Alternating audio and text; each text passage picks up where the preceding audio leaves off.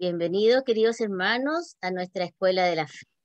Los saludamos con todo cariño en este nuevo día en que estamos aquí y nos volvemos a reunir. Este tema de hoy se titula Los milagros de Jesús. Iniciamos nosotros este encuentro, entonces, orando.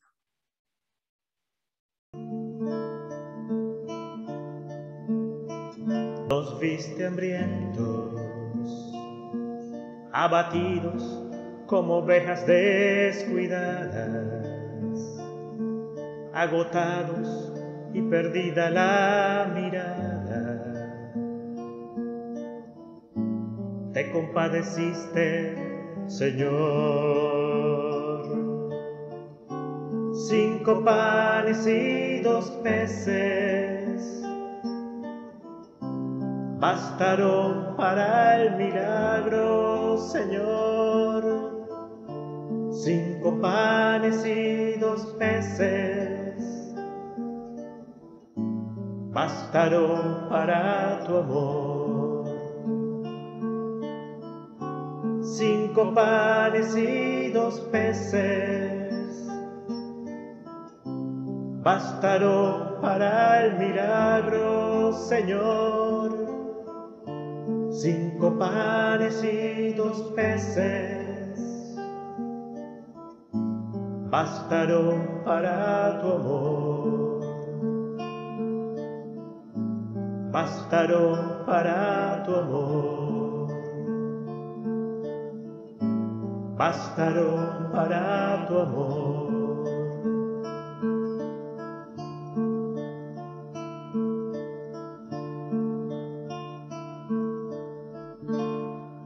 En el tema anterior contemplamos la ley del reino, un reino de amor, de fraternidad, de paz. Un reino que exige radicalidad, fidelidad, coherencia de vida. Estas exigencias podrían parecer exageradas en el mundo en que vivimos, que anhela la felicidad y a veces nunca llega. La felicidad es un combinado de paz interior, sentido de la vida y la conciencia de que el encuentro con Jesús ha sido decisivo en nuestras vidas. Nuestra sociedad sufre diversas dolencias físicas, psíquicas, morales, y necesita sanación. Por eso el Padre Eterno envió a su Hijo a sanarnos, a consolarnos y a ofrecernos la vida eterna. Hoy veremos cómo Jesús se conmueve frente al dolor ajeno, frente al rechazo o a la discriminación de algunas personas. No solo enseña, sino que sana, consuela, multiplica. Y sus milagros manifiestan su divinidad.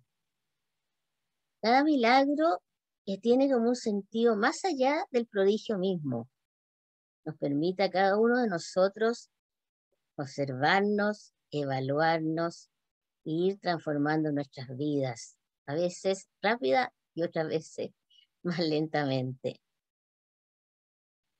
Bueno, en esta primera parte queremos que a manera de motivación veamos algunas diapositivas, cómo se pueden representar estos milagros que Jesús hizo.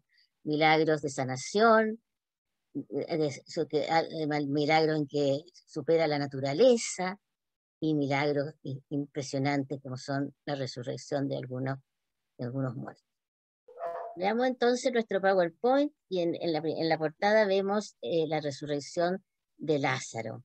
Ahí vemos cómo sus hermanas, emocionadas y agradecidas, ven cómo su hermano resucita. También él da la vista a un ciego y a muchos otros que le piden con fe ver. A los leprosos, que eran marginados, que eran discriminados, y a quien él incluso toca, como ustedes pueden observar. Hace andar a un paralítico, algunos de ellos que lo han suspendido a través del techo de la habitación, y quieren andar, quieren volver a integrarse a la sociedad. Y también estos otros textos donde Jesús camina sobre las aguas y Pedro también quiere hacerlo. Vamos a escuchar el texto. ¿Qué sucede en ese momento? Hay una multitud que lo sigue, que tiene hambre, y él multiplica los panes. En Caná de Galilea, donde asiste a unas bodas, él cambia el agua en vino a petición de su madre. Con sus apóstoles navegan en el lago de Galilea y de repente una inmensa tempestad. Y Jesús la calma con su palabra. También recurre ante el dolor de un padre que ha perdido a su hija y la resucita.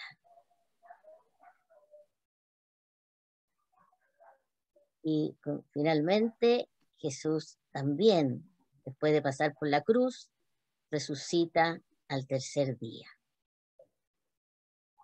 Como hemos observado entonces, estas imágenes manifiestan este poder salvador, este poder sanador que Jesús.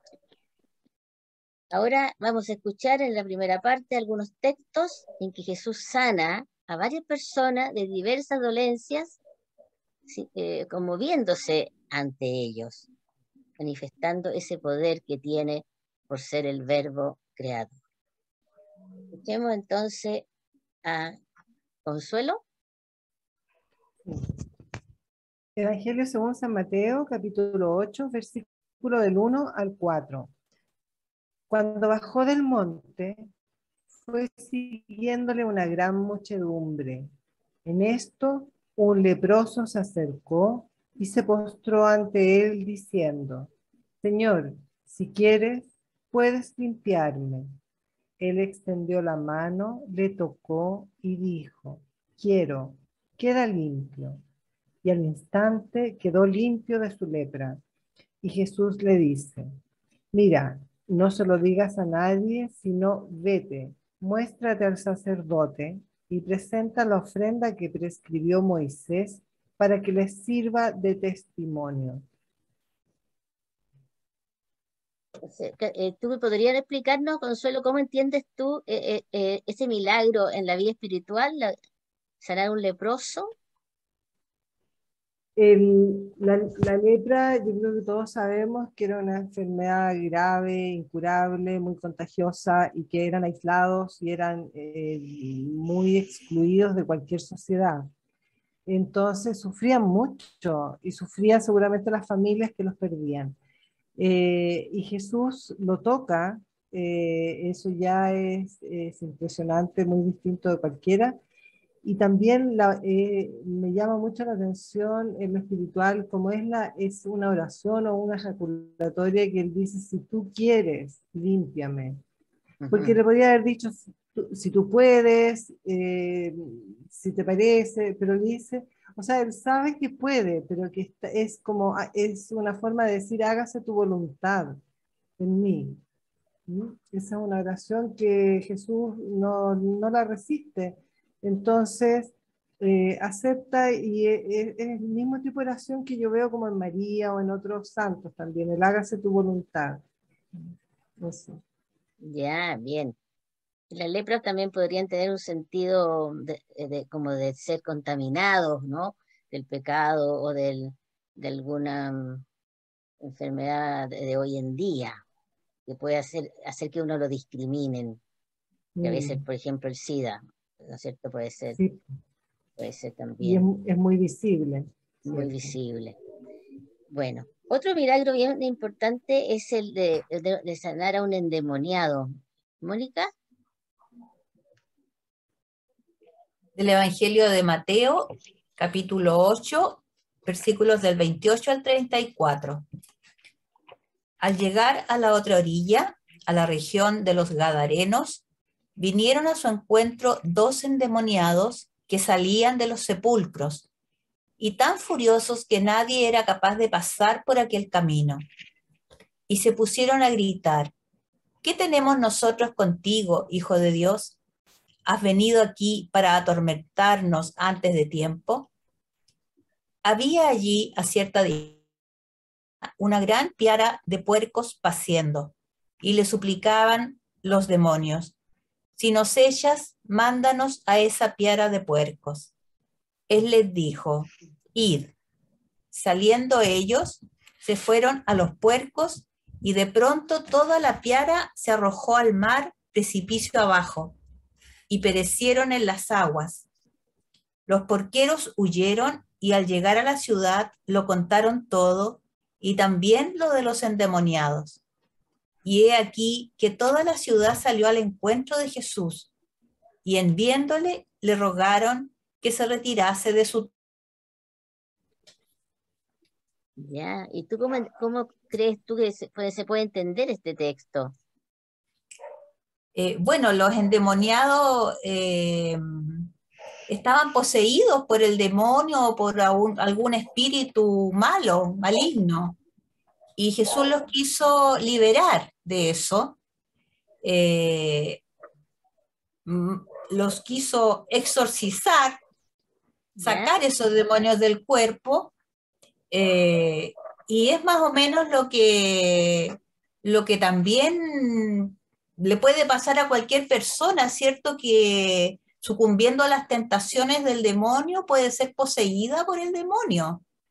Ya. Y así como Jesús manifiesta su poder contra el mal, exorcizando a estas personas, también Él después le da poder a los apóstoles para también hicieran eso. Entonces, lo que me queda como claro es que sí existen las posesiones y sí existen los exorcismos, Sí, que sí, también sí. son formas de purificar a una persona, ¿no? Sanarla, claro. Sanarlas. Y hay exorcistas en Chile y en todos los países del mundo, porque mucha gente recurre al demonio para lograr ciertos beneficios, podríamos decir, o logros, ¿ah? Sí, sí, gracias, Mónica. Sí. Veamos cómo fue la sanación del paralítico, Emilio. Evangelio según San Mateo, capítulo 9, versículos del 1 al 8. Jesús subió a una barca, cruzó a la otra orilla y llegó a su ciudad. Le trajeron un paralítico tendido en una camilla. Al ver Jesús la fe que tenían, dijo al paralítico: ánimo, hijo, tus pecados te son perdonados. Entonces algunos letrados pensaron: este blasfema. Jesús, conociendo sus pensamientos, dijo: ¿por qué piensan mal? ¿Qué es más fácil? ¿Decir, se te perdonan tus pecados? ¿O decir, levántate y camina? Pues para que sepan que el Hijo del Hombre tiene autoridad en la tierra para perdonar pecados, dirigiéndose al paralítico, le dijo: levántate, toma tu camilla y vete a tu casa. Él se levantó y se fue a su casa. La multitud, al verlo, quedó atemorizada y daba gloria a Dios por haber dado tal autoridad a los hombres. Pues, ¿existe la parálisis hoy en día? No sé. Sí, yo lo veo una relación con las parálisis que experimentamos en nuestra vida espiritual, que no nos dejan avanzar. Pero ahí está Jesús, que siempre dispuesto a tendernos una mano, a levantarnos y a perdonar nuestros pecados. Así es. Nunca detenerse, siempre avanzar, ¿no? de la mano Sí, de Él. exactamente. Bien. El otro milagro que es bien impresionante es de la hemorroísa. A ver, la Susana nos va a leer ese texto. Marcos capítulo 5, versículos del 25 al 34. Entonces, una mujer que padecía flujo de sangre desde hacía 12 años y que había sufrido mucho con muchos médicos y había gastado todos sus bienes sin provecho alguno, antes bien yendo a peor, habiendo oído lo que se decía de Jesús, se acercó por detrás entre la gente y tocó su manto. Pues decía: Si logro tocar, aunque solo sean sus vestidos, me salvaré. Inmediatamente se le secó la fuente de sangre y sintió en su cuerpo que quedaba sana del mal. Al instante, Jesús, dándose cuenta de la fuerza que había salido de él, se volvió entre la gente y decía: ¿quién me ha tocado los vestidos? Sus discípulos le contestaron: estás viendo que la gente te oprime y preguntas, pero él miraba a su alrededor para descubrir a la que lo había hecho. Entonces la mujer, viendo lo que le había sucedido, se acercó atemorizada y temblorosa, se postró ante él y le contó toda la verdad. Él le dijo: hijita, tu fe te ha salvado, vete en paz y queda curada de tu enfermedad. Gracias.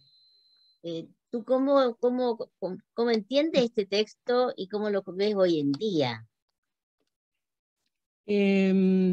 Bueno, ya desde el Antiguo Testamento, la sangre era considerada impura, e incluso la mujer en su periodo femenino era considerada impura espiritualmente, y no se le podían acercar.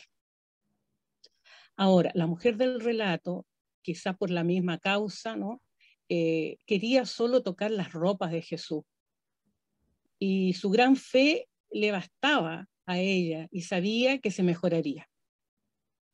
Llevaba ya 12 años con esta enfermedad física, enfermedad femenina, probablemente uterina y ginecológica, pero ella debe haber estado además mal socialmente y psicológicamente muy enferma por la discriminación constante durante tanto tiempo. Así que bueno, Jesús, la fuerza que emana de él, la cura de su enfermedad, ¿no es cierto? Y le dice, vete en paz. Jesús no la discriminó. Ahora vete en paz, porque además cura su psicología, su alma, la reintegra a la sociedad, le devuelve su dignidad de mujer, y con todo eso ella recupera su paz. Gracias. Bueno, el quinto texto que vamos a leer es la sanación de 2 ciegos, tomado de San Mateo, capítulo 9, versículos 27 al 31. Cuando Jesús se iba de allí, al pasar le siguieron 2 ciegos gritando: ten piedad de nosotros, hijo de David. Y al llegar a la casa se le acercaron los ciegos y Jesús les dice: ¿creen que puedo hacer eso? Dícenle: sí, Señor. Entonces les tocó los ojos diciendo: hágase en vosotros según vuestra fe. Y se abrieron sus ojos. Jesús le ordenó severamente: miren, que nadie lo sepa. Pero ellos, en cuanto salieron, divulgaron su fama por toda aquella comarca. Muy impresionante este texto porque lo llaman hijo de David, y ese título que se le daba al Mesías, o sea, ellos lo reconocen y piden que los sane de su ceguera. Jesús les pide si creen en eso, importante entonces de la fe para recobrar la vista. Mirando nuestro mundo y a nosotros mismos, ¿existen ciegos? Por supuesto. Sí. Yo creo que todos nosotros somos bastante ciegos en relación a nosotros mismos. No nos damos cuenta muchas veces de nuestras limitaciones, de nuestros errores, de nuestras omisiones. Y no solamente en nosotros mismos, sino que en relación a lo que nos rodea, al mundo que nos rodea. Después nos sorprendemos de que sucedan cosas más o menos complicadas, difíciles, no sé, revueltas o cosas así. pero realmente hemos sido bastante ciegos, tal vez reducidos a un lugar muy pequeñito y no ver el mundo que nos rodea. Así que este texto nos llama a eso, a abrir los ojos con la luz de la fe. Nos despedimos en este sexto tema de los milagros de Jesús, orando.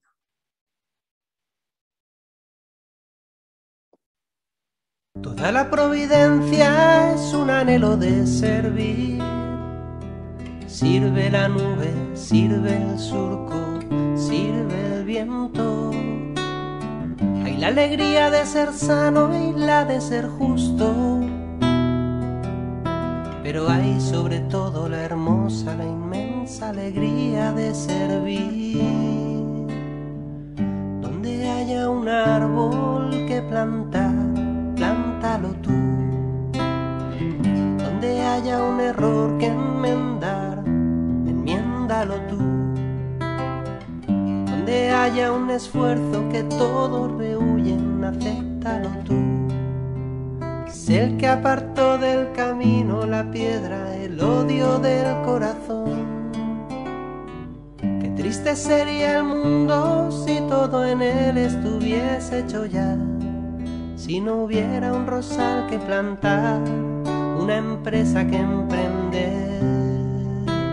No caigas en el error de que solo valen los grandes trabajos. Hay pequeños servicios: arreglar una mesa, ordenar unos libros, peinar una niña.